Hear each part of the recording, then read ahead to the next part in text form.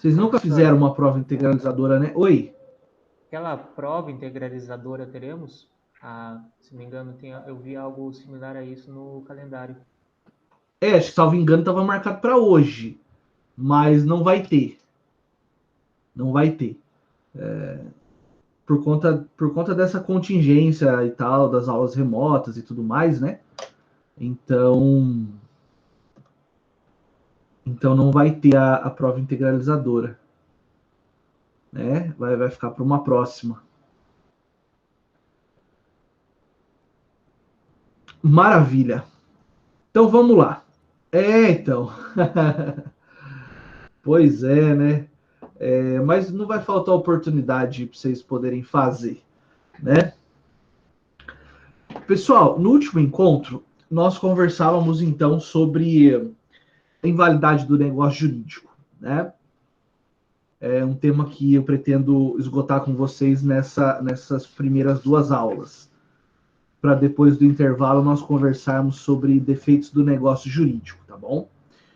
Então, eu vou repetir só o que ficou no final do último encontro para a gente poder pegar o embalo, né?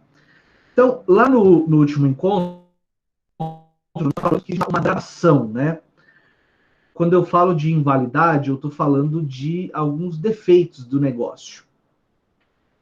Essa gradação vai desde aquilo que é mais severo, que é mais grave, que seria causas que dão ensejo à inexistência do negócio, passando pela nulidade, que também é grave, até a anulabilidade, que é menos grave, por assim dizer. Né? Então, quando nós falamos lá do negócio jurídico inexistente, né, deixa eu pôr aqui no ponto, o negócio jurídico inexistente, veja, o defeito dele é tão grave que ele sequer pode ser considerado um negócio, né?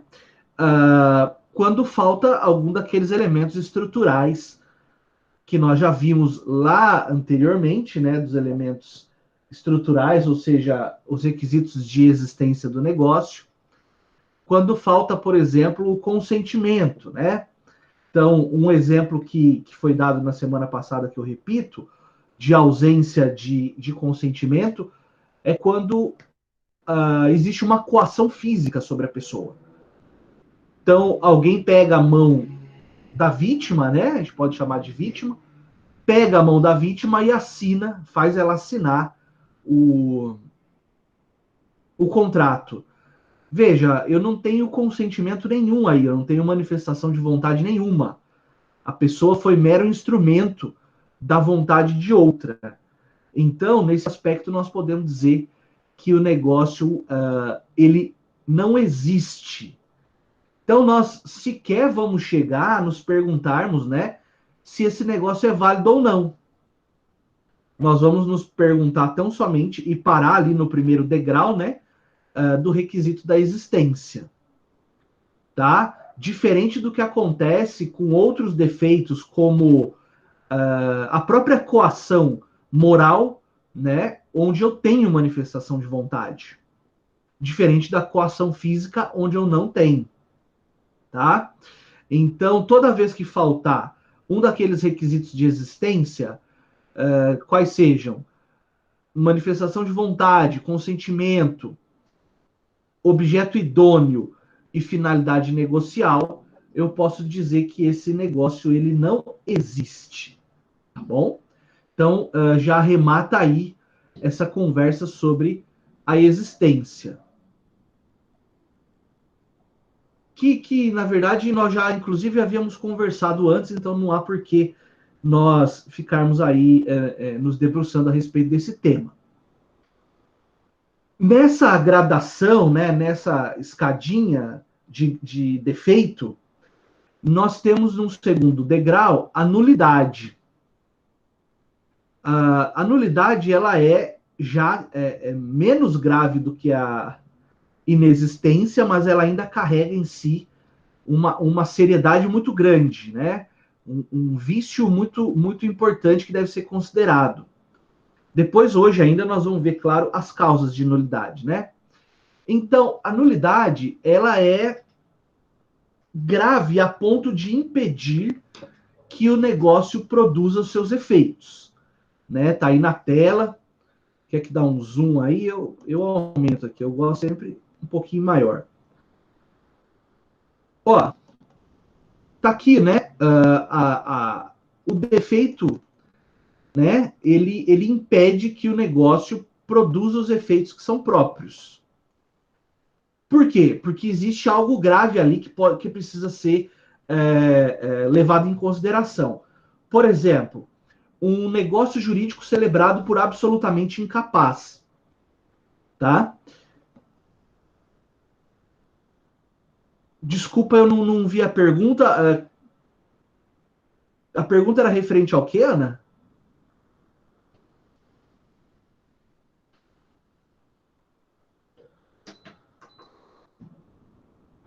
Ah, já foi? Então, beleza. Beleza, que eu estava olhando a tela lá para acompanhar com vocês. Então, a nulidade ela é tão grave que ela impede que o negócio jurídico produza seus efeitos. Um exemplo que a gente pode trazer agora, que depois nós vamos conversar de forma mais detida, a questão do absolutamente incapaz celebrando negócio jurídico. Esse negócio jurídico ele é nulo, ou seja, ele não produz efeitos, tá? E como eu disse no último encontro, nós fizemos aquela distinção entre normas cogentes, normas dispositivas, né? Então, a nulidade, ela tem por característica afrontar normas de ordem pública, normas cogentes. Portanto, nós podemos dizer que a nulidade absoluta,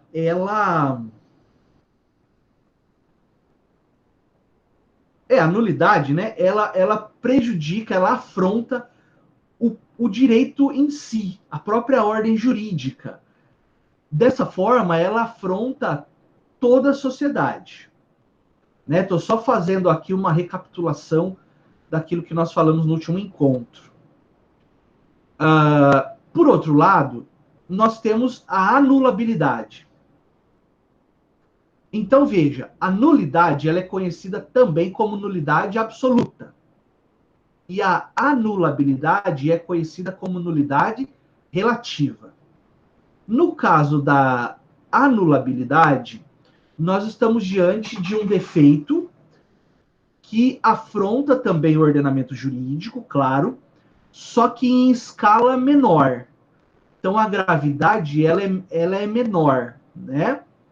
Nesse aspecto, o negócio jurídico pode surtir efeitos, mesmo sendo eivado, né? Eivado, manchado de uma nulidade relativa, também chamada de anulabilidade.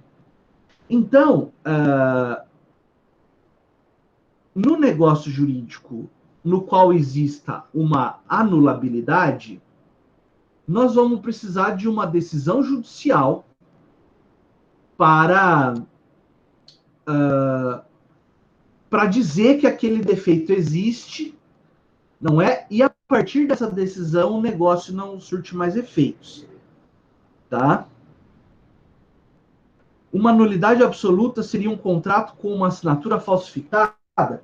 Ó, nós temos as causas aqui, ó. Eu diria que a assinatura falsificada ela poderia cair no, talvez não na nulidade absoluta, mas sim na inexistência, né? Porque se alguém falsificou a tua assinatura, significa que você não manifestou vontade. Concorda?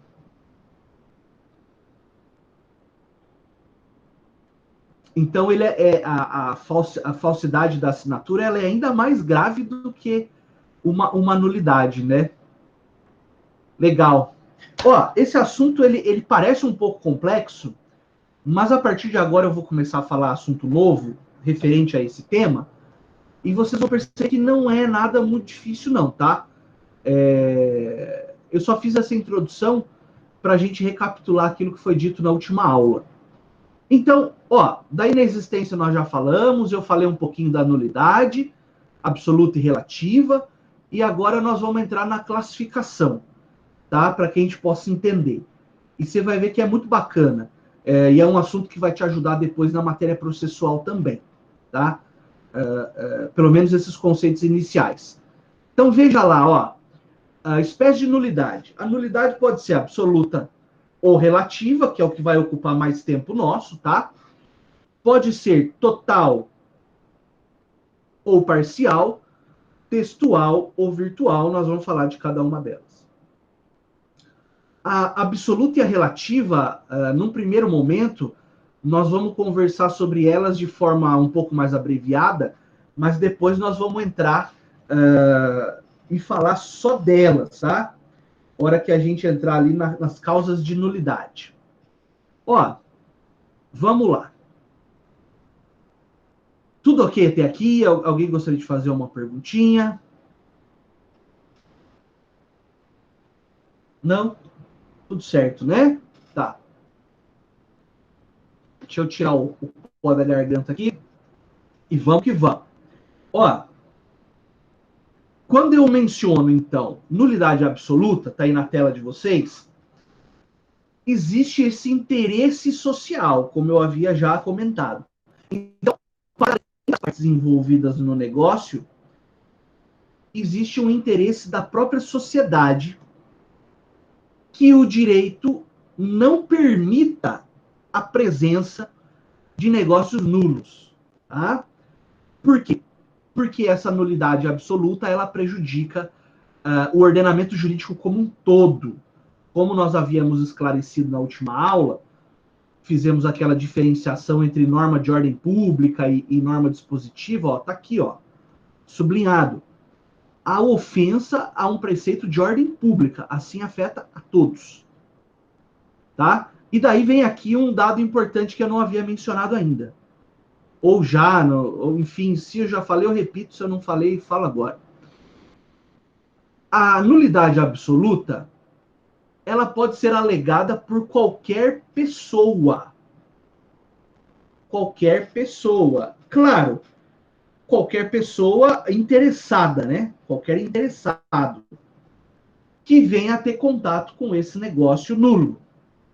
E aí, na última aula, salvo engano, nós falamos da ideia de um interesse jurídico, né? No sentido de que não vou eu lá me meter em negócios de pessoas que eu nem conheço, né? Ah, mas eu fiquei sabendo que tem uma nulidade lá, eu vou arguir. Não é isso. Precisa ter um interesse minimamente relacionado com o negócio. E também pode ser pronunciada de ofício pelo juiz. É claro, né, turma, que isso tudo nós estamos falando pressupõe que o interessado, que a parte prejudicada, ingresse com uma ação judicial, né? Porque o juiz ele não tem bola de cristal e ele também nem tem. Vocês já aprenderam isso, né? Que a jurisdição é inerte, que o juiz nem tem a prerrogativa de atuar sem ser provocado, tá?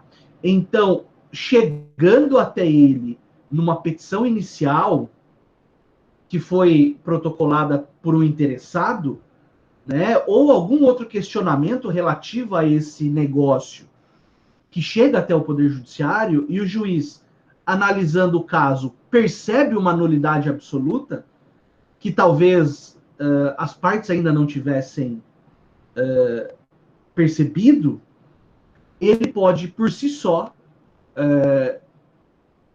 verificar e declarar essa nulidade absoluta. Então imagina lá que chega nas mãos do juiz um contrato de aluguel, onde se discute o reajuste da mensalidade do aluguel. E daí o juiz olhando, a causa de pedir não tem nada a ver com... Desculpa o linguajar, né? Tudo ok com causa de pedir, pedido. Já tiveram alguma noção de direito processual nesse aspecto? Não. Me ajuda aí. Não, né? Tá. Vocês sabem que eu peço desculpa, tá? Eu peço desculpa porque eu me empolgo. Mas isso é bom porque vocês já perceberam que na minha aula sempre tem o bônus, né? Tem um bônus. Eu falo demais, eu cobro, eu canso vocês, mas ninguém sai daqui sem conteúdo, sem falsa modéstia, né? Então, eu só vou responder a Ana, e daí eu vou explicar o que é causa de pedir e pedido, tá? É jogo rápido. Jogo rápido assim, né? Se eu me fizer claro. O interesse social, Ana Cecília, é porque o próprio legislador, quando ele previu o Código Civil, quando ele discutiu lá no Congresso, debateram, você sabe que esse Código Civil ele ficou 25 anos tramitando no Congresso, né? O projeto original é de 1975. E ele passou por décadas de debate, porque tem que ser assim mesmo. Um Código Civil não é pouca coisa, né? Ele precisa ser debatido. E o legislador entendeu o seguinte: olha, o interesse social é aquele interesse que existe de resguardar o próprio ordenamento jurídico. Então, quando existe uma nulidade e essa nulidade é pronunciada num processo, nós estamos falando da nulidade absoluta aqui, tá? É como se o direito se reafirmasse perante essa nulidade. Quando vocês estudaram, só uma analogia, ver se fica melhor. Quando vocês estudaram direito penal, estão estudando, né? Vai algum tempo ainda de estudo, mas na parte geral, vocês estudaram lá as finalidades do direito penal. Aí veio lá, assim, uma teoria que diz, olha, o direito penal existe para proteger bens jurídicos. Aqueles mais importantes, legal. Klaus Roxin, um autor alemão, importantíssimo, né? Dizem que é um dos maiores penalistas, né? Porque ele tem quase 1,90 m, né? Mas além disso, ele também é excelente na parte intelectual, claro. E daí tinha um outro penalista alemão também que dizia, não, o direito penal não está aí para proteger bem jurídico. O direito penal existe, o crime existe para reafirmar o próprio direito penal. Então, aqui o raciocínio é parecido. Quando eu estou diante de uma nulidade, acontece um movimento jurídico, né, fictício, que é como se o direito civil destruísse esse negócio, tirasse os efeitos dele, porque o direito civil afirma o seguinte: olha, aqui nós não admitimos negócios com nulidade absoluta, porque isso prejudica a sociedade como um todo, no sentido de resguardar o próprio ordenamento jurídico. Não sei se melhorou ou se piorou. Legal. Então, eu que agradeço. Isso, é como se o direito civil tutelasse o próprio direito civil, quando eu trato da nulidade absoluta. Boa, boa. Resumiu tudo em poucas palavras, muito bom. Então, assim, só esse pequeno parênteses, né, processual, é assim, ó. Toda vez que alguém entra com uma ação em juízo, essa ação tem que ter uma causa de pedir e um pedido. Claro, tem que ter partes, né? Partes envolvidos, causa de pedir e pedido. Resumidamente, para não adentrar a matéria de outro colega, mas só para vocês entenderem, o que é a causa de pedir? É o porquê eu vou até o Poder Judiciário. Então, imagina um acidente leve, né? Claro. Uma batida de carros no sinaleiro. O carro de trás não viu que o sinal ficou vermelho e bateu na traseira do carro da frente que já estava parado. E só que o cara que bateu não quer pagar a indenização.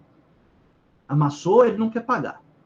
Então, a vítima do acidente vai até o Poder Judiciário com uma causa de pedir. Qual que é a causa de pedir? O acidente e a negativa do causador do acidente de pagar a indenização. Qual que é o pedido? Condenar o causador do acidente a pagar a indenização. Legal? Entenderam, então, o que é causa de pedir e o que é pedido? Ótimo. Então, eu dava o exemplo de um contrato de aluguel, né? Então, chega até o Poder Judiciário um contrato de aluguel onde a causa de pedir é a divergência quanto ao reajuste do aluguel, certo? E o autor locatário ele pede a redução, aí é o pedido do processo, né? Ele pede a redução do valor que está sendo cobrado. Tudo bem. Claro que isso é um exemplo só, assim, né? Um exemplão, assim, daqueles meus mesmo, que a gente já conhece. Tá, daí o juiz começa a analisar a petição inicial e, claro, veio junto nela o contrato, né? Tem que estar junto. Aí o juiz está lendo, daí ele olha e fala, poxa vida, mas o locador é uma pessoa que tem 15 anos de idade, e ele atuou sozinho, ou seja, ele não foi representado pelos seus pais ou por representante legal. O que o juiz percebeu aí? Que é um negócio jurídico celebrado por pessoa menor de 16. Está lá no artigo 166, inciso 1. Mas vamos falar dele depois.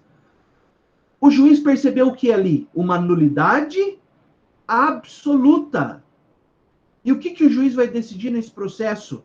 Olha, eu não perco tempo olhando o valor da mensalidade, porque esse contrato é nulo. Eu não consigo discutir valor da mensalidade dentro de algo que é manchado por uma nulidade absoluta. Ou seja, o que o juiz vai fazer? Ao invés de falar de valor de reajuste da mensalidade, ele vai decretar que o negócio é nulo. Não surge nenhum efeito. Tá? Você travou bem na hora. Travou? Como é que tá?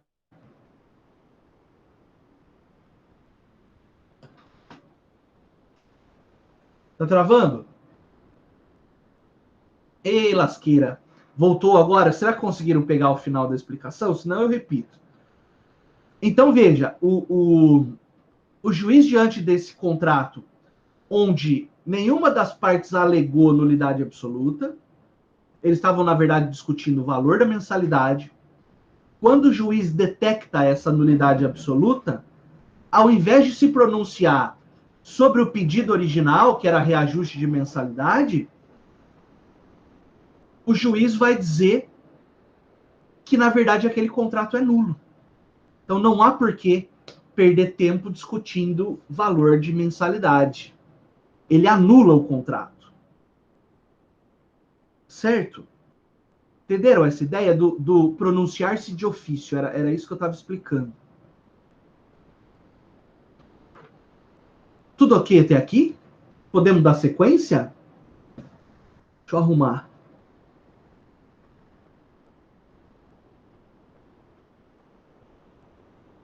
Opa. Legal. Ó, então agora falando da nulidade relativa, ela é então o outro lado da moeda, né?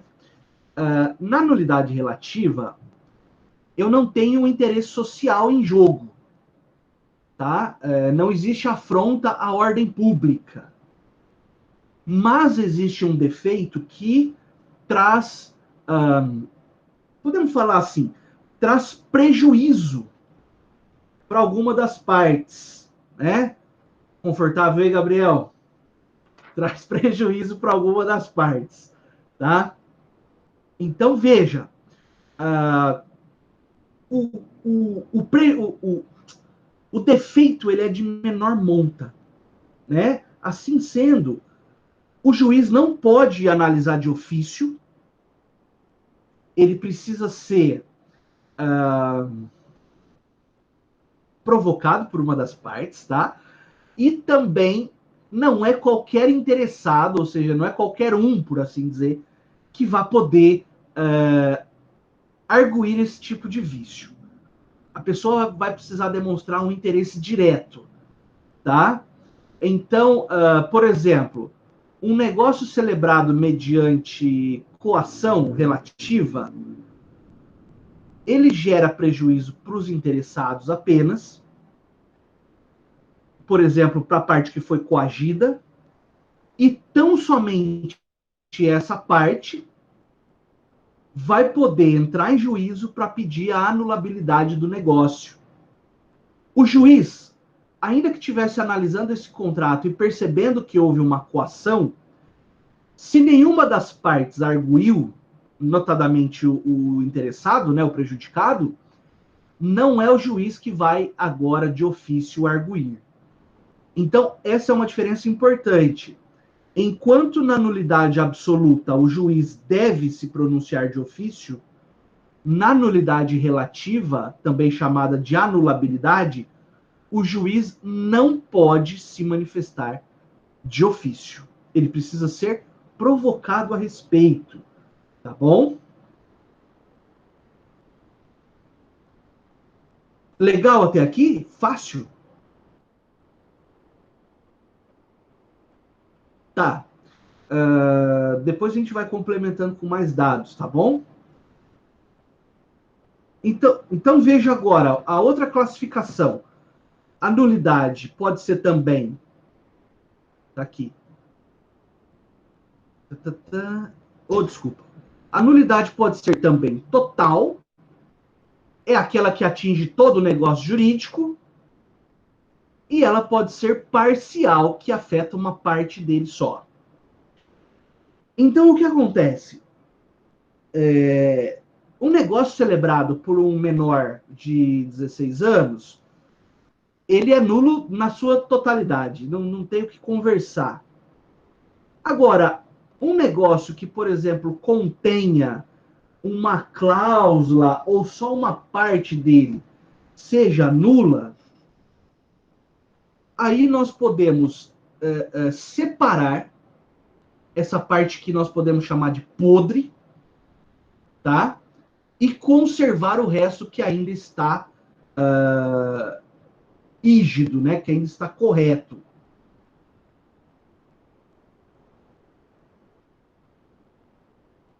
Não, imagina, Gabriel, tô só enchendo o saco. Fica à vontade, ô louco. Quem sou eu? Fica tranquilo, tá? Espero que você possa se recuperar logo aí dessa queda. Então, veja, o artigo 184 do Código Civil, abre lá, ele estabelece assim, ó, respeitada a intenção das partes, a invalidade parcial de um negócio jurídico não o prejudicará na parte válida se esta for separável. Então tem esse porém aí, né? Se for possível separar a nulidade, eu separo e jogo no lixo e conservo o resto. Se não for possível, vai tudo embora. A validade da obrigação principal implica das obrigações acessórias, mas a destas não induz a da obrigação principal. Então já tem até um exemplo aí, né, do que pode ser separado.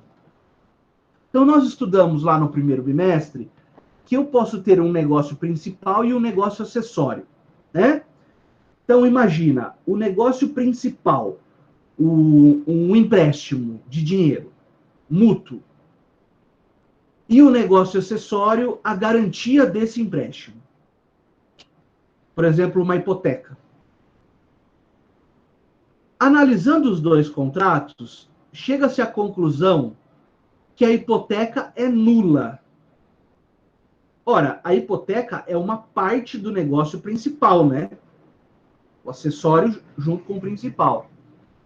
Eu consigo tirar a hipoteca e jogar fora, porque ela é nula, e conservar o negócio principal, que é o empréstimo.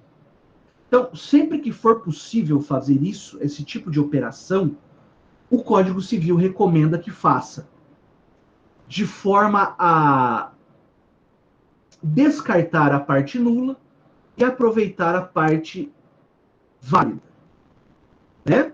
Agora, no raciocínio contrário, se a nulidade for do negócio principal, essa nulidade contamina também o negócio acessório. Aí não tem como salvar, tem que jogar tudo fora, né? Tem que considerar tudo nulo. Né? Desculpe o linguajar mais simples, né? Quando eu digo jogar fora, é dizer sem efeito, tá? Esse também é chamado, turma, de o princípio do aproveitamento do negócio, tá? Tudo ok até aqui? Legal, é fácil, né? É bacana esse assunto. depois eu posso ter ainda, deixa eu acertar aqui o slide, a nulidade textual ou expressa, já está aqui, ó. Nulidade textual ou expressa e a nulidade virtual ou implícita, tá? Aí também é muito fácil de entender. Ó, a expressa é quando ela está escrita na própria lei. O próprio Código Civil já explicita, não é? Já expressa que aquele determinado negócio que se busca celebrar, ele será nulo. Tá?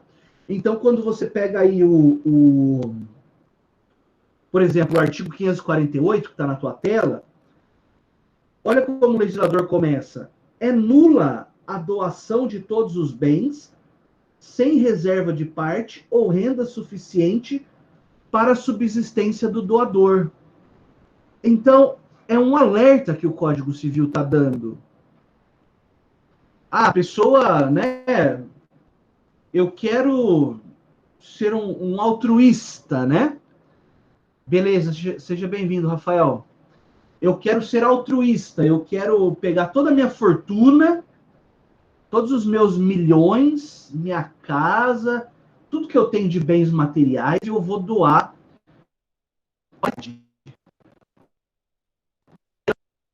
Assim, quanto que você está pensando em doar? Eu quero doar tudo, 100%.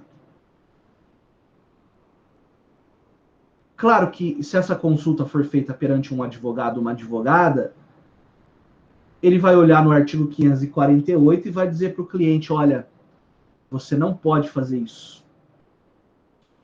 Não. Por quê? Porque o Código Civil diz, é nula a doação de todos os bens sem reserva de bens suficientes para a própria subsistência.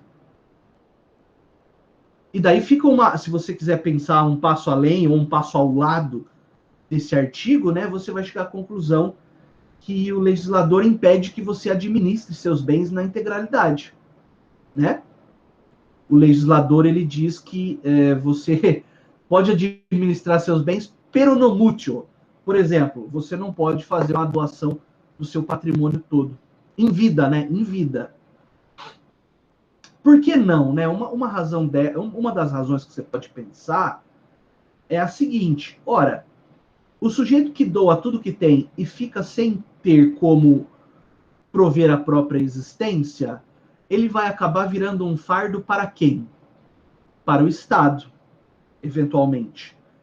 E o Estado quer prover a subsistência daquelas pessoas que efetivamente não podem fazê-lo, né? Então, quando o indivíduo tem renda para manter-se e quer abrir mão de tudo e ficar sem nada para poder subsistir, o Código Civil veda, não permite.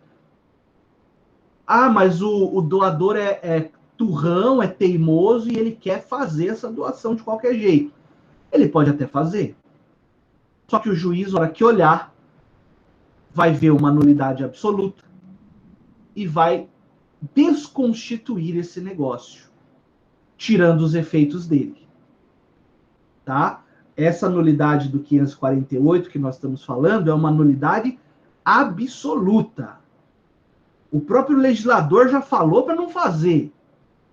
Tá? E daí, mesmo assim, o sujeito insistentemente vai e faz. Ele vai receber uma punição.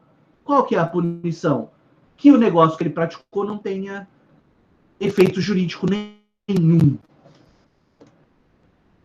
Do outro lado, né, caminhando junto aí, nós temos a nulidade virtual ou implícita, é quando o legislador não usa expressamente a expressão nulidade, nulo, nula, mas ele traz de forma implícita, né, na letra da lei, o aconselhamento para que não se faça, porque se fizer, será considerado nulo.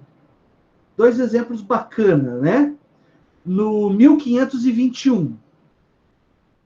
O 1521 está escrito assim: não podem casar-se, salvo engano.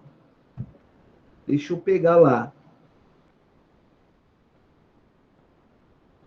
Não podem casar. Ora, quando o legislador diz não podem casar, o que ele está dizendo? Não casa nessas circunstâncias. Porque se você casar nessas circunstâncias do 1521, esse casamento será considerado nulo. Só a título de exemplo, não podem casar. Inciso 1. Os ascendentes com os descendentes. Ou seja, não pode casar pais e filhos, né? Pais e filhos eu digo de forma genérica, né? Mas se quiser também mães e filhas, também não pode casar, tá? Ah, professor, mas o amor falou mais alto e casou. Primeiro que já errou lá no cartório em deixar acontecer, né? Segundo que, apesar desse suposto equívoco do cartório, hipotético, né? Qualquer um do povo pode alegar a nulidade desse casamento e o juiz vai dizer esse casamento é nulo, tá? A princípio não é crime, não. Fica restrita à órbita do direito civil mesmo, né? Mas é uma nulidade que merece castigo. Um outro exemplo que está aí no quadro, no quadro é ótimo, na tela, acho que é o artigo 380, né? Não se admite. Olha, quando o legislador diz não se admite, ele está dizendo o seguinte: se fizer, será nulo, né? Então, ó, não se admite a compensação em prejuízo de terceiro.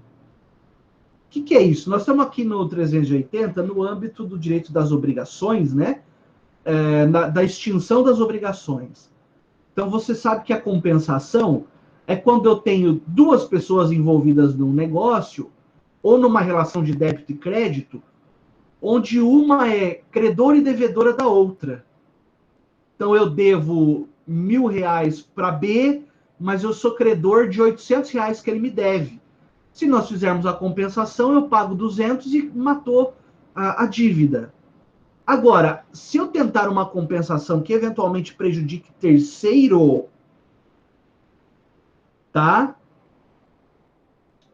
Um terceiro que seja meu credor, e ele está esperando eu receber para ele receber também. E ao invés de eu receber, eu faço uma compensação.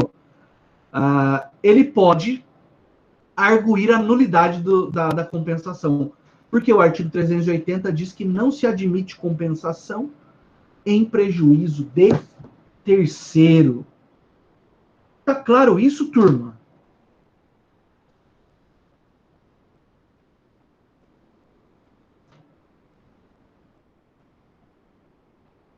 É bacana? Bola na rede? Fácil, né? Ótimo. Então, vencidas essas classificações, nós voltaremos nossas atenções agora para dois temas específicos. A nulidade absoluta, tratada agora de forma mais próxima, e já na sequência, a anulabilidade, também chamada de nulidade relativa. Tá certo? Pois bem, nós precisamos, para entender a nulidade absoluta, além daquilo que nós já conversamos, entender de onde ela vem, né? Quais são as causas dessa nulidade? E eu até peço perdão de não ter dito isso antes, mas é que eu não queria embolar os temas, então achei melhor fazer uma introdução e agora tratar dessas duas de forma mais detalhada. Eu e o Carlos Roberto. Né? Então, veja, onde estão as causas de nulidade absoluta? Estão lá no artigo 166 do Código Civil. Artigo 166 do Código Civil de 2002. Opa, 2002. Tá aqui na tela de vocês, um pouco apertadinho, tá? Mas depois a gente vai ver um por um. Ó, lembrando que a nulidade absoluta tem em conta o respeito à ordem pública, né? E daí nós vamos ter causas de caráter subjetivo, de caráter objetivo e de caráter formal. Nós vamos ver um por um dos incisos e assinalar aí, se você puder complementar no seu material, né, aquilo que for falado que não tiver aí na tela. Então vamos lá. Artigo 166. É nulo o negócio jurídico quando? Então aqui já traz um rol, né, de negócios nulos. Aí eu pergunto para você, né? O da poltrona, o psite, né? Eu pergunto aí, esse artigo 166, nos seus incisos 1 a 7, é um rol fechado ou é um rol aberto de causas de nulidade? Pergunta capciosa. Professor maldoso. O que eu quero saber é o seguinte.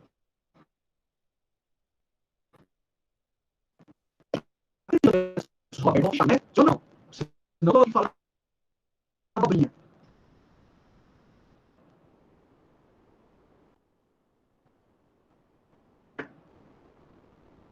Obrigado pelo aviso. Veja lá se voltou, por favor.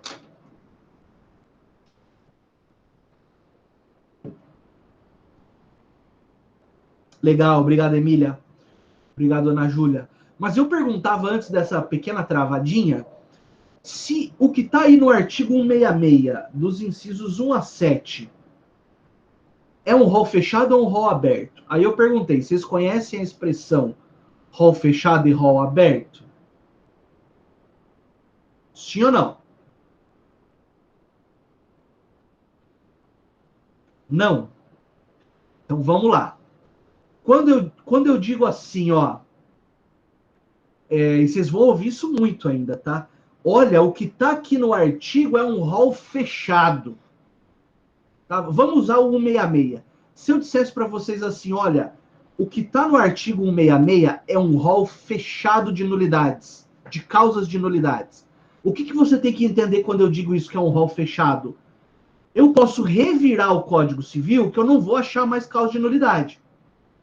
Tá tudo ali naquele único artigo. Né? Então nós chamamos de rol fechado ou um rol exaustivo. Tudo que tinha para falar do tema tá ali naquele artigo, não tem mais onde procurar. Isso é rol fechado. Agora, se eu digo, olha, é um rol aberto, você vai entender que o que está no 166 são algumas causas e eu posso encontrar outras, desculpa, ao longo do Código Civil. Certo? E daí tem, claro, né? Você achou que não teria, mas tem o latim, né? Então vamos lá.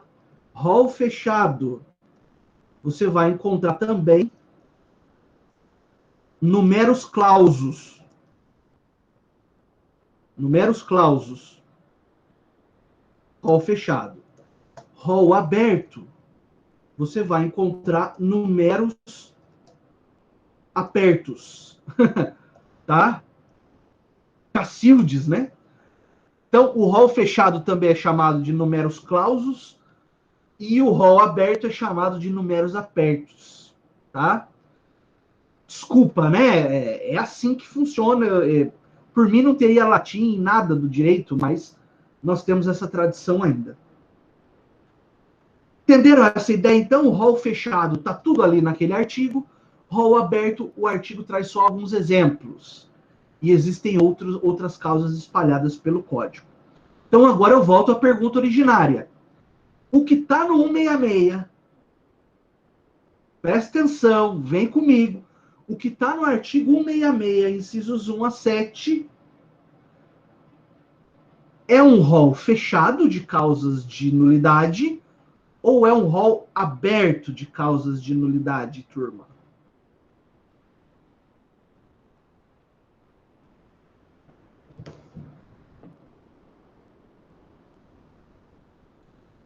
Aberto. Pessoal, agora há pouco eu falei do artigo 548 do Código Civil, né? Isso, quem respondeu aberto acertou. Eu falei, ó, lá no 548 é uma nulidade absoluta. Então, o que está no 166 não pode ser o tema esgotado, né? Eu tenho ali causas importantes que devem ser estudadas, como nós vamos fazer, né? Uma por uma, mas eu tenho outras nulidades espalhadas pelo código. Legal. Que bom. Entendemos o conceito, então. Agora vamos à leitura, então, dos dispositivos. Eu vou fazer primeiro, como está no material aí, uma leitura rápida, né, dos incisos, tá? E depois nós vamos pegar por grupos, tá bom? Por grupos. Então vamos lá. Vou deixar na tela aqui do 1 para frente. Então, é nulo o negócio jurídico quando? 1. Celebrado por pessoa absolutamente incapaz. 2. For ilícito, impossível ou indeterminável o seu objeto. 3. O motivo determinante comum a ambas as partes for ilícito. 4. Não revestir a forma prescrita em lei.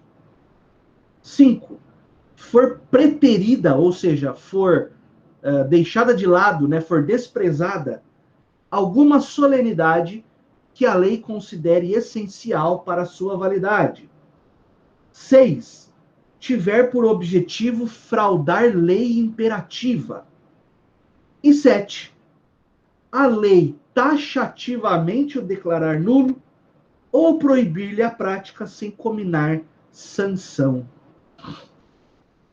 Legal. Acompanhamos a leitura, já entendemos mais ou menos esses incisos. E daí, olha lá, como foi feito daí tem um 167, né, o negócio jurídico simulado, que nós vamos falar hoje ainda. Mas eu quero que prestemos atenção no 166. Olha lá o que o Carlos Roberto fez, né? O Carlos Roberto é sensacional.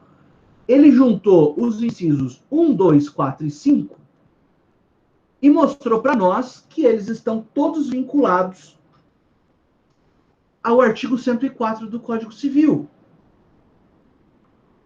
Né? Porque, veja, quando diz lá, no inciso 1 do 166, celebrado por pessoa absolutamente incapaz, eu faço relação com o artigo 104.1. Quando o inciso 2 do 166 fala do objeto ser ilícito, possível e indeterminado, eu faço relação com o inciso 2 do artigo 104.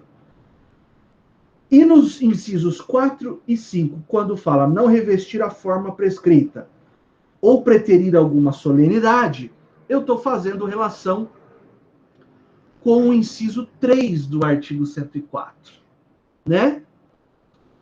Então, nós temos essa conversa, esse diálogo entre o artigo 104 e o artigo 166, incisos 1, 2, 4 e 5, por uma questão de lógica jurídica.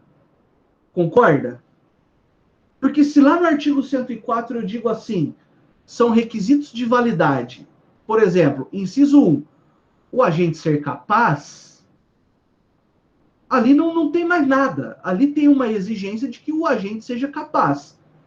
Mas você pode se perguntar, ou talvez tenha se perguntado quando eu dei essa aula, quando nós juntos, né, estudamos esse assunto.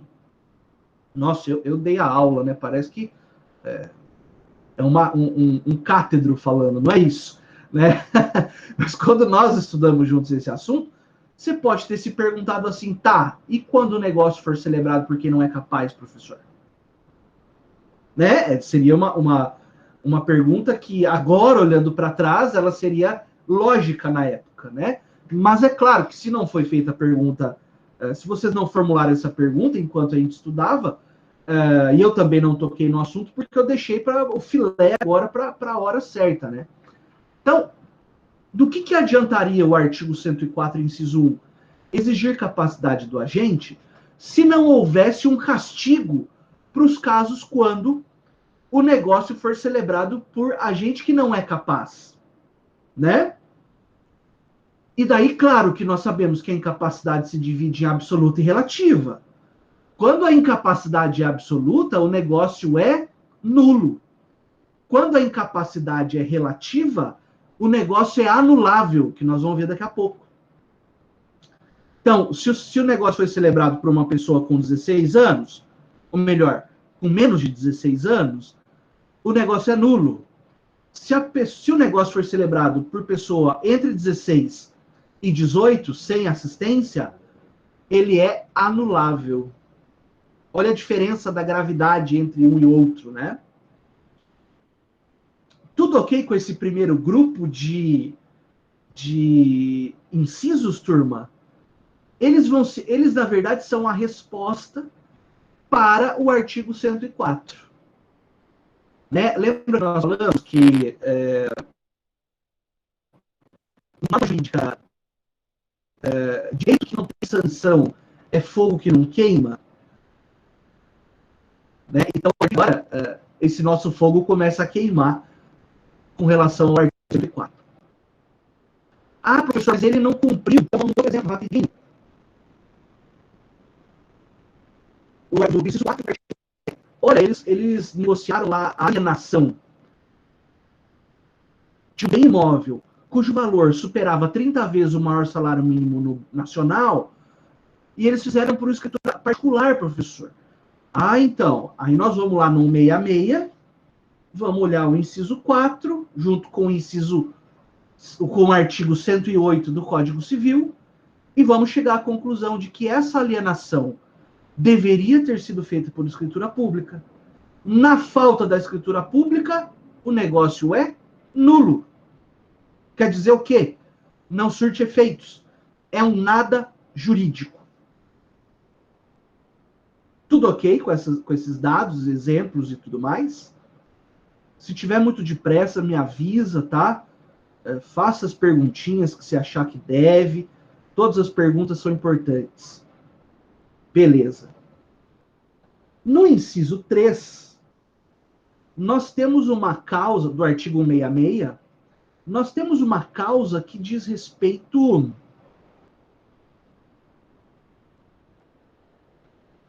é um fato jurídico o contrato nulo? Ó, eu acho assim, ele tá fora do grupo dos negócios jurídicos, né? Quer dizer, ele tá dentro do grupo dos negócios jurídicos, mas por ser nulo, ele não surte efeitos. Então, se a lei tira o efeito dele enquanto negócio jurídico, também tem que, em certa medida, desconsiderar como um fato jurídico. Assim, genericamente falando, é um fato jurídico, você não pode negar. Mas ele não vai conseguir surtir os efeitos para os quais ele foi praticado, por conta da nulidade. Né?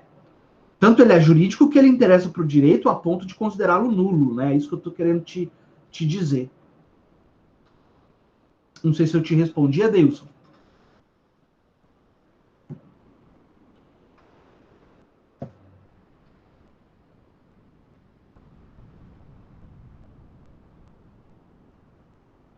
Tá. Então, travou? Estamos juntos? Estão me vendo, ouvindo? Posso dar sequência? Professor, certo. Pode prosseguir. Muito obrigado. Imagina, eu que agradeço. Então, vamos lá. No inciso 3, né, do artigo 166, na verdade, esse é uma disposição que não existia antes no Código de 16, tá? É uma novidade, por assim dizer. Veja, quando eu falo do motivo determinante, eu estou diante de uma causa de nulidade que ela é subjetiva, não é verdade? Porque leva em conta o móvel, né? O motivo, a razão pela qual a parte celebrou o negócio jurídico. Por exemplo, né? As partes buscam por intermédio de um negócio jurídico aparentemente legal, obter um resultado que é ilícito, né? Que cai nos casos de simulação que nós vamos falar daqui a pouco, tá?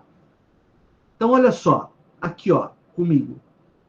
O inciso 3 trata de situação de maior gravidade, em que o motivo determinante comum às partes, ou seja, todas as partes envolvidas no negócio, tem um motivo que é ilícito, não admitindo ordenamento jurídico, por isso que produza qualquer efeito, é uma questão também de lógica jurídica.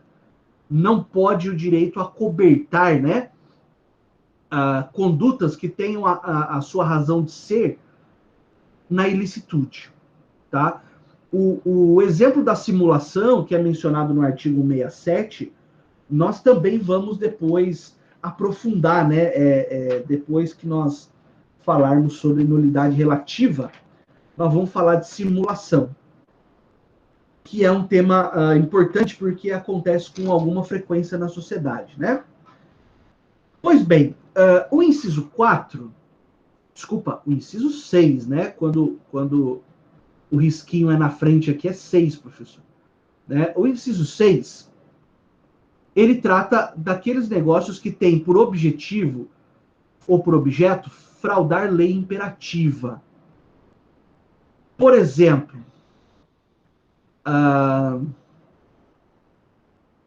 também tem a ver com a simulação. Mas, por exemplo, o sujeito que quer impedir com que seu cônjuge receba ameação no divórcio, o que esse cônjuge maldoso, por assim dizer, faz? Ele pega e transfere os bens para uma pessoa jurídica da qual ele é administrador. Tudo isso no intuito de esvaziar o patrimônio próprio e nada dividir com o outro cônjuge durante o divórcio. Ora, existe aí uma vontade de fraudar norma cogente. Qual norma cogente?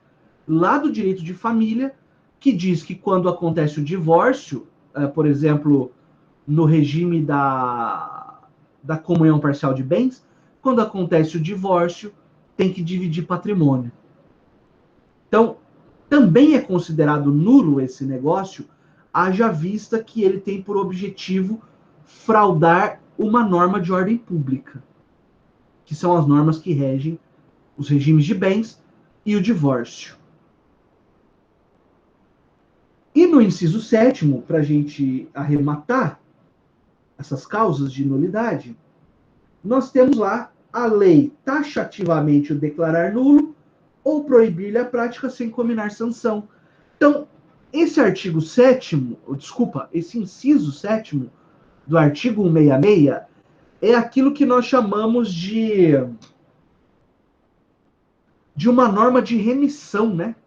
Porque esse inciso 7º, ele remete o intérprete para todo o resto do Código Civil, onde haja normas que declarem a nulidade do negócio. Como, por exemplo, e vou voltar nesse exemplo, o artigo 548, que está aí na sua tela, eu espero, né? Deixa eu ver se eu coloquei na tela. Aqui, o 548, que já havíamos conversado. Aqui tem um exemplo novo. O artigo 489, nulo é o contrato de compra e venda quando se deixa ao arbítrio exclusivo de uma das partes a fixação do preço. Então, e daí nem interessa interpretar o artigo agora, porque vocês vão ter aula disso depois no semestre que vem, mas o que me interessa desse 489 é aqui, ó, nulo. Nulo. Então, o que o inciso 7 está dizendo, o 7º? Além dessas causas que estão no inciso 1 a 6, toda vez que você se deparar com um artigo de lei que taxativamente, ou seja, expressamente, diga que o negócio é nulo. Então, aí podemos usar como exemplo o 489, podemos usar como exemplo o 548, o 1521, que já conversamos, entre tantos outros. Porque nele haverá a determinação do legislador que, feito o negócio que ali está descrito no artigo, ele é nulo, né? Como está lá no 548, que é nula a doação de todos os bens sem reserva para manter a própria subsistência do doador.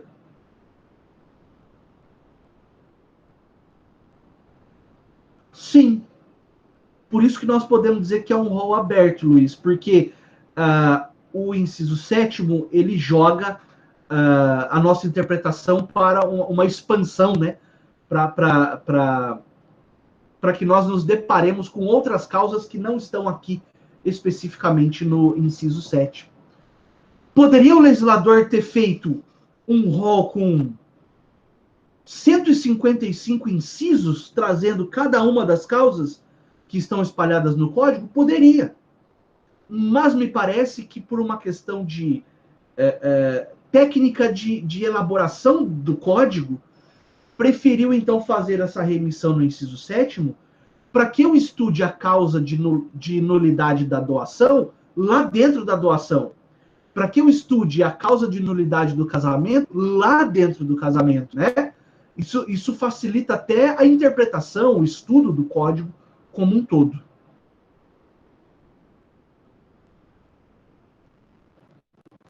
Também poderia criar diversos conflitos, porque eu poderia ter uma alteração lá isolada no direito de matrimônio que talvez estivesse em confronto com o que está aqui na parte geral, né?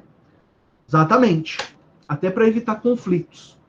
Bem lembrado. Mais um aspecto importante aí dessa técnica, né? Mas isso você não vai achar só no direito civil, né? Você vai achar espalhado aí por todo. Eu não vou dizer que todos os diplomas têm, porque seria um equívoco da minha parte. Mas um número considerável de diplomas legais tem esse tipo de rol aberto. Tá? Esse rol aberto. O próprio Código Penal tem, né? Você parar para pensar lá quando você vê nas qualificadoras, né? Do crime de homicídio, por exemplo. Rapidinho aqui, ó. No artigo 121, você vai encontrar o seguinte lá, ó. Você vê? Eu lembro, mas eu quero ler para ter certeza. Né? Ó. Aqui, ó. Hora que fala assim. Artigo 121, parágrafo 2º, inciso 3. Quando você mata alguém. Você não. Cliente, né? A pessoa, o tício, né? A pessoa do exemplo. Com emprego de veneno, fogo, explosivo, asfixia, tortura ou outro meio insidioso ou cruel. Poderia o legislador penal ficar aqui enunciando e enumerando todos os tipos de meios insidiosos ou cruéis pelos quais uma pessoa pode matar a outra? Poderia. Será que ele ia, mesmo assim, ia conseguir vislumbrar todos? Não. Né? Nós sabemos que a criatividade humana ela é surpreendente, especialmente em casos, às vezes, que levam em conta fazer o mal ao próximo, né? Então, para não ter que ficar falando todos esses possíveis meios insidiosos ou cruéis, o legislador dá uma abertura. Alguns doutrinadores chamam isso de cláusula de abertura. Ele abre. Ele fala, olha, qualquer outra coisa que, olhando o caso concreto, você possa considerar cruel, cai aqui nesse inciso 3. Né? A título de exemplo, teve um caso aqui em Ribeirão do sujeito que foi morto a marretadas na cabeça. Né? Ele recebeu golpes de marreta na cabeça. Será que isso é um meio cruel? Óbvio. Mas não está aqui no inciso 3. Claro que está. A hora que o legislador falou, outro meio insidioso ou cruel. O filme Sicário é aquele com o Benício Del Toro? Dia de Soldado, acho que é o nome, não é isso? Eu assisti sim. Faz um tempinho já. Ali tem meios cruéis, né? Eu assisti um com o Benício Del Toro, que tinha uma menina que era filha de um traficante, que eles sequestraram, né? Isso, Galão d'Água, Deus o livre. Então, assim, são cláusulas de abertura, o mesmo que acontece aqui no inciso 7. O Luiz mencionou os direitos fundamentais, sim, bem lembrado, a lei de improbidade, né? Quando fala, por exemplo, lá no artigo 11, né? Atos que violam os princípios da administração pública, né? É algo um tanto quanto aberto, né? Precisa da interpretação à luz do caso concreto. Legal, muito bom.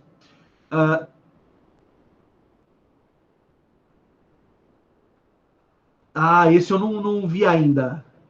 Eu vou procurar saber. Esse Dia de Soldado achei bacana, gostei do enredo do filme. Legal, legal. Terra de Ninguém. Muito bom. Turma, tudo ok? Alguma dúvida com relação às causas de nulidade?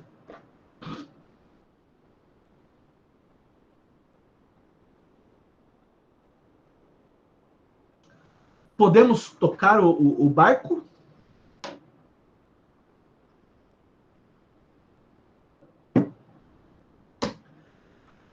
Ok, então vamos nessa.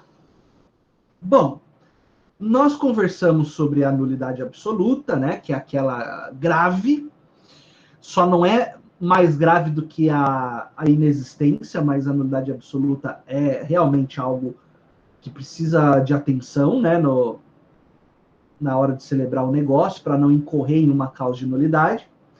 E nós temos, para finalizar a tríade, né, a anulabilidade, que também vai ser conhecida em alguns livros como nulidade relativa, tá? Eu acho que até assim, sonoramente falando, né? Não sei se vocês têm essa percepção, mas quando eu digo nulidade absoluta, nossa, meu Deus, isso é grave. Quando eu tenho uma nulidade relativa, é grave, mas nem tanto, né? Isso talvez ajude a memorizar. Então, olha só, deixa eu pôr na tela aí, para que a gente possa acompanhar juntinhos. Opa, desculpa. Aí, tá aqui.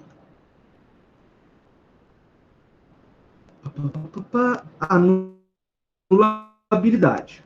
Então, ó, o conceito é a sanção imposta por lei, sim, sempre tem que ser por lei, né? Aos atos e negócios jurídicos realizados por pessoa relativamente incapaz ou eivados de algum vício de consentimento ou vício social. Ora, aqui nesse conceito nós já demos as causas, né? Quando for celebrado por relativamente incapaz, contiver vício do consentimento ou vício social. O que são vícios do consentimento? Na verdade, é a matéria da próxima aula, que eu espero que a gente consiga estudar hoje ainda.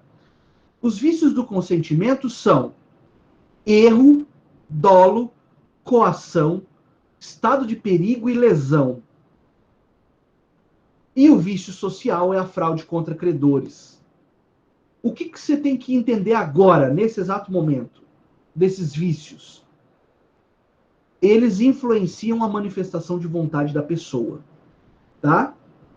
Uma pessoa que pratica um negócio sob coação relativa, né, também chamada de coação moral, ela tem consentimento, mas o consentimento dela é viciado, ou seja, é defeituoso, tá? Mas nós vamos depois aprofundando. Falando especificamente do tema da anulabilidade, é importante você entender que existe uma grande diferença em relação ao negócio nulo. Por quê? Está aqui nesse que eu grifei. Porque o negócio nulo, ele não produz efeitos. Não produz efeitos. Ponto. Ele é nulo desde o nascimento. Agora, o negócio anulável, ele produz alguns efeitos. E esses efeitos serão produzidos até o momento em que o juiz diga que o negócio é manchado por uma nulidade relativa ou até quando passe o prazo do interessado arguir essa nulidade relativa. Então, presta atenção, eu não falei isso antes, vou falar agora. O negócio nulo, ele tem um defeito que é desde o nascimento. Ele nasceu nulo. Ele não pode surtir efeitos. O negócio com nulidade relativa, embora ele tenha nascido defeituoso, ele vai produzindo efeitos. Tá?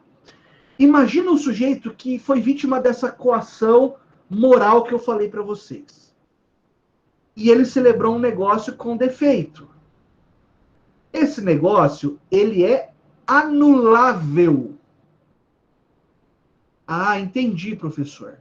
Quer dizer, então, que o interessado tem que correr atrás para anular o negócio perante o Poder Judiciário.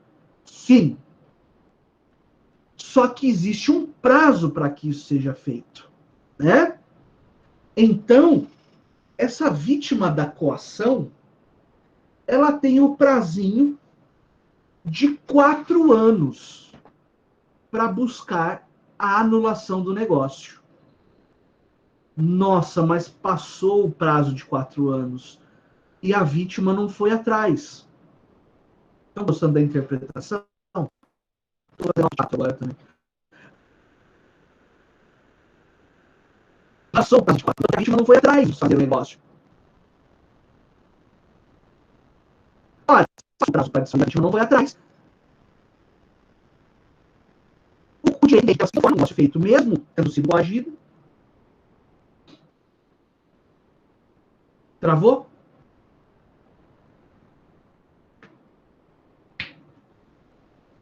Voltou?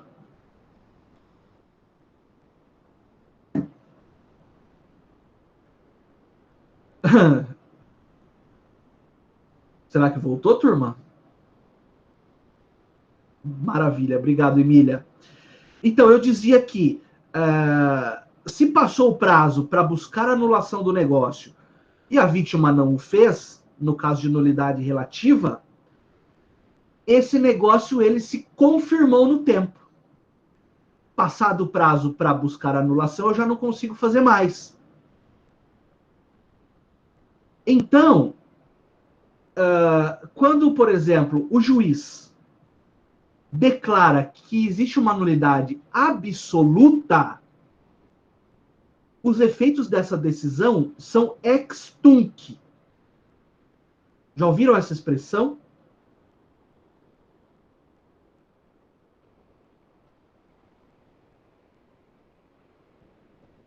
Ajuda o prof. Sim ou não? Tá. Então, quando eu digo assim, olha, existe uma nulidade, e quando o juiz decreta a nulidade, essa decisão tem efeitos ex tunc, quer dizer o quê? Ex tunc você pensa para trás.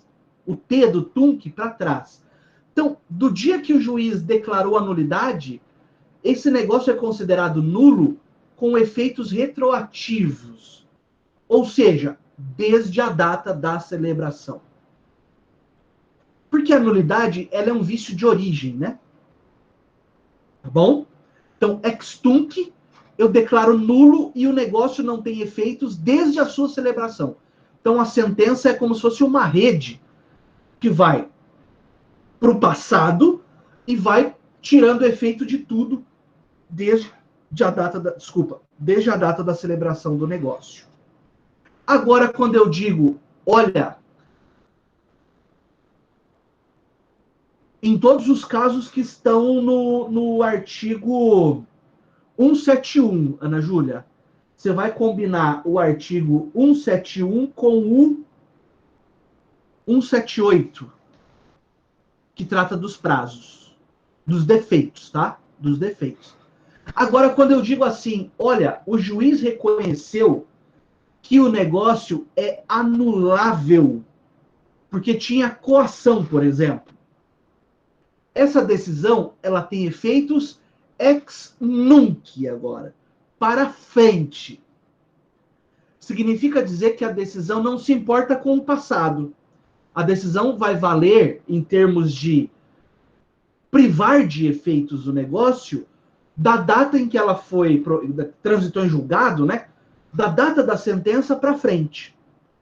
Então, ex nunc é para frente, ex tunc é para trás. No caso, então, comigo aqui, presta atenção, ouve bem. No caso de nulidade absoluta, ex tunc não tem efeito nenhum o negócio desde o dia que foi celebrado. No caso, no caso de nulidade relativa, também chamada de anulabilidade, os efeitos da sentença são ex nunc, ou seja, efeitos para o futuro, para frente. E só vai privar de efeitos o negócio da data da sentença para diante. Professor, mas e os efeitos que foram gerados entre a data da celebração e a data da sentença? No caso da anulabilidade, esses efeitos permanecem.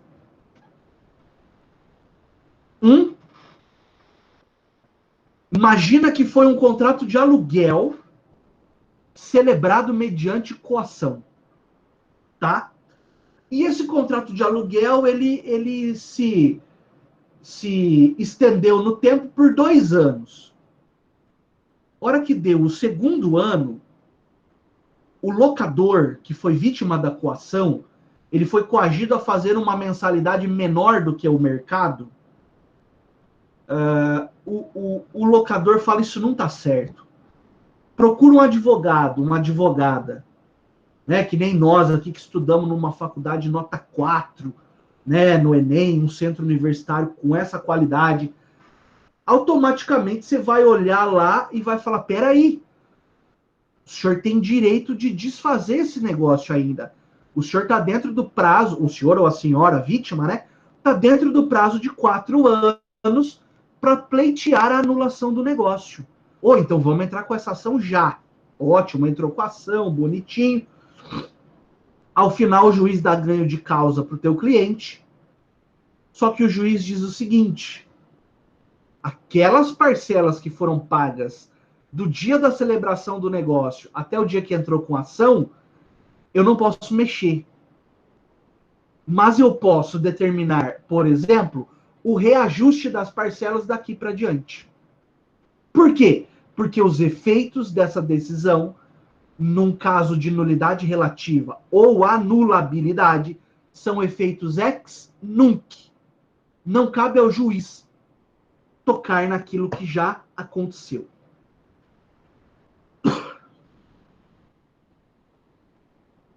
Então, essa opção de recompra, salvo engano, ela tem o nome de cláusula de preferência, algo nesse sentido, né? A opção, o Adeilson, se ela foi fruto de um defeito do negócio jurídico, por exemplo, eu estou usando sempre o exemplo da coação, né? Que é fácil entender. Se ela foi, por exemplo, fruto de uma coação, essa cláusula é anulável. E daí o juiz vai anular só a cláusula e o contrato de compra e venda se mantém o mesmo. Agora, se essa opção foi feita por partes que tinham plena consciência do que estavam fazendo e queriam efetivamente inserir essa cláusula, aí penso que não é possível o juiz se intrometer, não é, nesse tipo de acerto.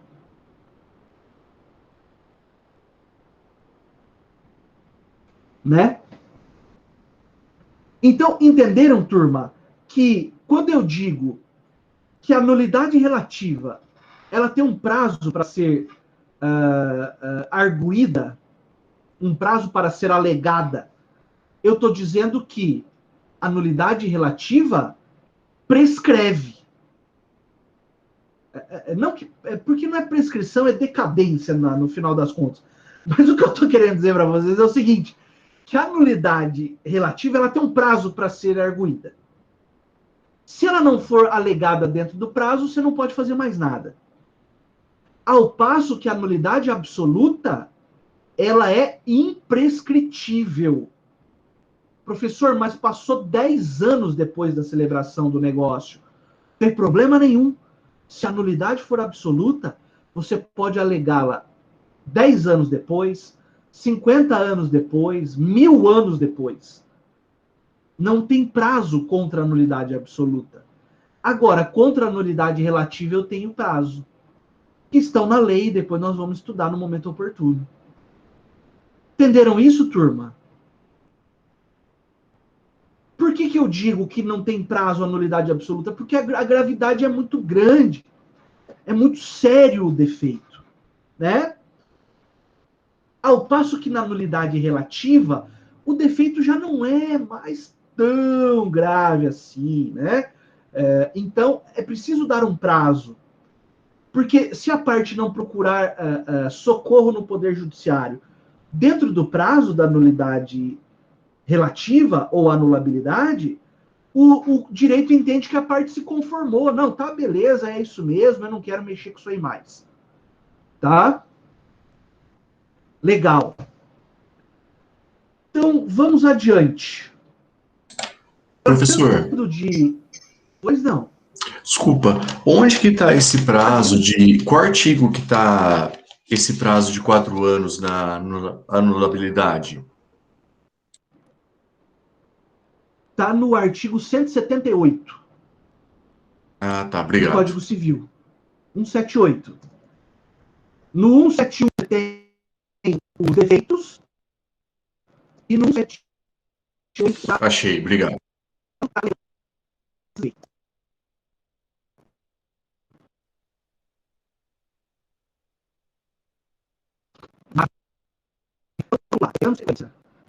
Tá quase acabando já a primeira parte da tortura. Aqui, ó. Quando eu falo assim, aqui mesmo.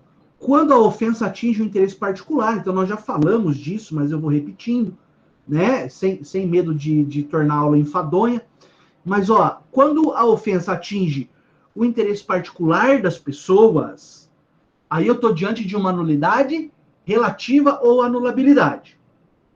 Quando eu estou diante de uma ofensa que atinja o interesse social, eu estou diante de uma nulidade absoluta ou meramente nulidade.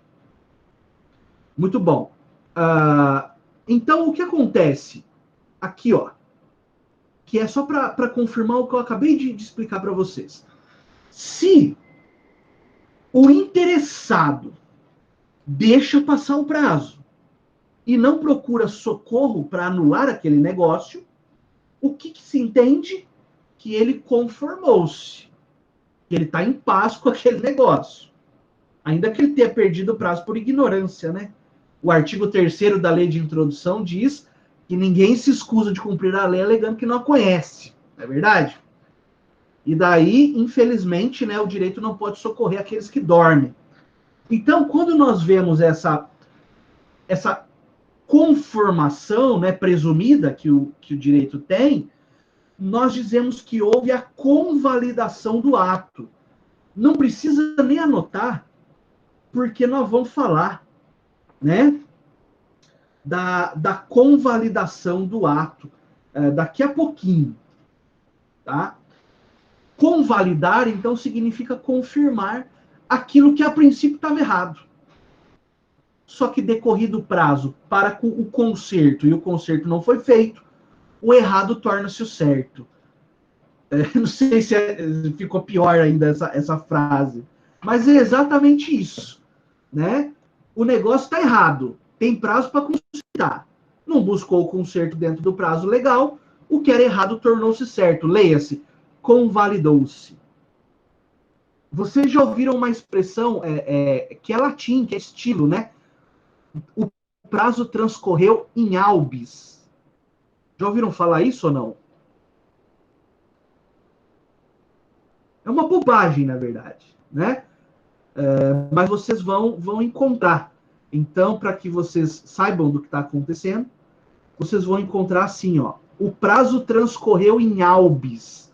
Quer dizer, transcorreu em branco, sem a parte buscar o que poderia. Seja no processo, seja na parte material, Né? A parte tem o prazo de 15 dias para contestar.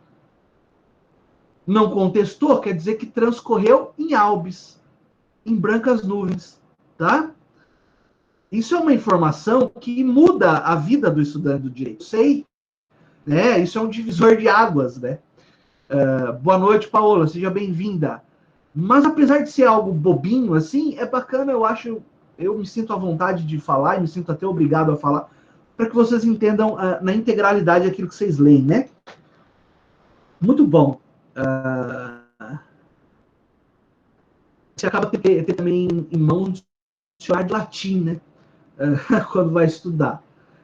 Eu tenho um material que é um compilado, não sei se eu passei para vocês já, é um compilado das principais expressões jurídicas. Veja lá, se eu não passei ainda, eu mando. Se eu já mandei, mando de novo. Melhor sobrar do que faltar. Vou fazer isso hoje ainda, antes da meia-noite. Muito bom. Professor. Pois não. Qual que é a previsão legal disso daí?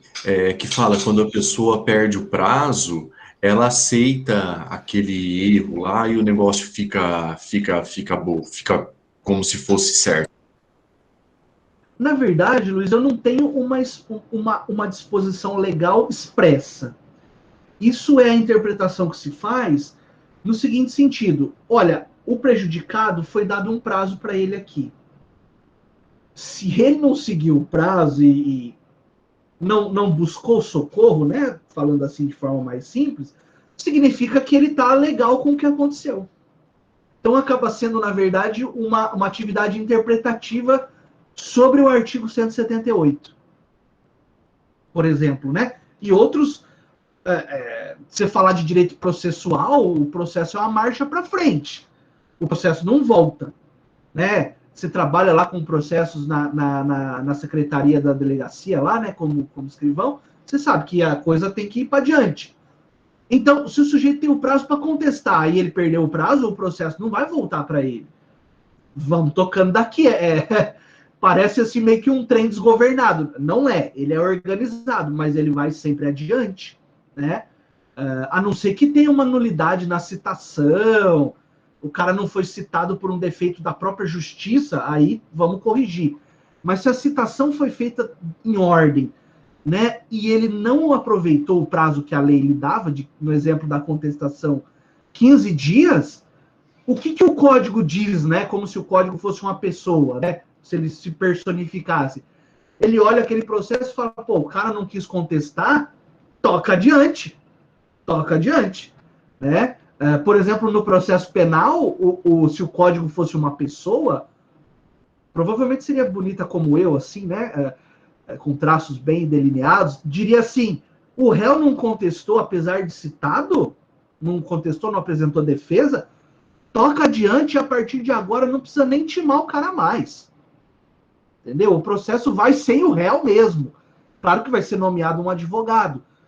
Mas a ideia de dado o prazo e o interessado não usufruir desse prazo, a consequência lógica é que ele não quer. Então, se ele não quer, deixa do jeito que está. Né? Legal, muito bom. O que mais nós podemos falar dentro ainda das causas da anulabilidade? Então, está aqui, né? É prescritível e admite confirmação. Então, quando acontece essa confirmação, porque o interessado não foi atrás, aquele defeito ele fica sanado. Aquele defeito ele fica consertado, fica arrumado. Né? Então, aquela mancha que tinha no negócio, ela torna-se, ela é limpa. É como se a gente passasse um paninho lá e deixasse o negócio bonitinho. Desculpa, às vezes, o linguajar, mas eu tento fazer da forma que fique mais fácil de entender, tá? Antes de nós irmos para o nosso intervalo, eu sei que eu estou falando sem parar na cabeça de vocês, eu peço desculpa, tá? Mas eu me empolgo às vezes, né? Tem aula que eu chego a suar aqui, porque é muito bacana. Nossa, estudar direito é algo assim, uau! É muito bom. Causas de anulabilidade. Nós já vimos as causas de nulidade E agora vamos falar rapidinho, porque não há muita complicação nisso, das causas de anulabilidade ou de nulidade relativa. Sem problema. Está lá no artigo 171. Para quem gosta de fazer relação mental, o artigo 171 do Código Penal é o estelionato.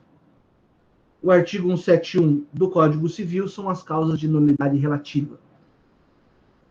Nossa, muito fácil de relacionar, né? São temas idênticos. Desculpa. Além dos casos expressamente declarados na lei, é anulável o negócio jurídico. Então você vê que o próprio caput aqui, ó, ele já começa com uma abertura, não é verdade? Porque ele fala, além daquilo tudo que já está na lei, tem mais essas aqui, ó, né? Também por conta de técnica de elaboração do diploma. Então trouxe essas da parte geral. Por incapacidade relativa do agente. Então, o negócio celebrado por agente que tenha mais de 16 e menos de 18 e não foi assistido da causa a nulidade relativa. Então, na outra parte eu tenho um sujeito plenamente capaz, de maior. E daí ele celebra o negócio com esse relativamente incapaz de menor. Claro que tem todas aquelas nuances que nós já vimos, mas dentro de uma situação de normalidade, o plenamente capaz percebe, ou um terceiro diretamente interessado percebe esse defeito, o negócio será considerado como anulável. Lembra? A decisão vai surtir efeitos dela para frente, não retroage. E a outra causa, que está no artigo 171, para a gente poder ir tomar uma aguinha e comer um lanchinho, por vício resultante do erro, dolo, coação, estado de perigo, lesão ou fraude contra credores. Se você quiser anotar aí no seu material, esses são os defeitos do negócio jurídico que nós vamos começar a estudar depois dessa aula, depois desse conteúdo, né? Então, toda vez que alguém celebra um negócio com erro, não vou ficar falando de cada um, porque nós vamos ter aula específica. Mas dolo, coação, estado de perigo, lesão ou fraude contra credores, eu estou diante de um negócio que é anulável. Quer ver? Dolo. O que é o dolo do direito penal aqui? Do direito penal, ó. Do direito civil, desculpa. O que é o dolo do direito civil aqui? Como defeito. É quando eu induzo um terceiro a erro. Exemplo clássico. Eu vendo para o sujeito um pedaço de latão bem polido, fazendo ele acreditar que é uma pepita de ouro. Eu induzi a outra parte a erro. O sujeito que comprou a pepita de ouro tem a pepita de ouro de latão, né? Tem 4 anos para pleitear a anulação desse negócio. Né? E daí assim, professor, mas o que quer dizer anulação do negócio? Ora, o vendedor devolve o que recebeu e as partes voltam ao que era antes. É isso. O efeito prático é isso. Tá?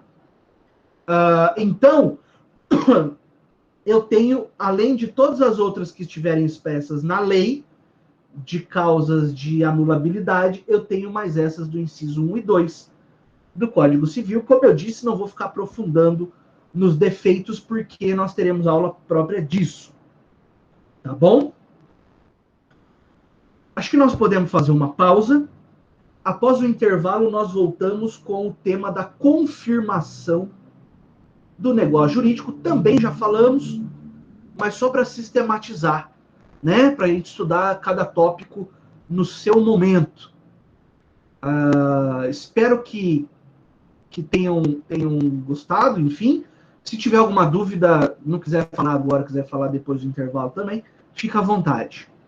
Né? Não vou fazer chamada agora, vou fazer uma chamada só na última aula, tá? Tudo ok? Tudo em ordem? Lembrando que tem 2 links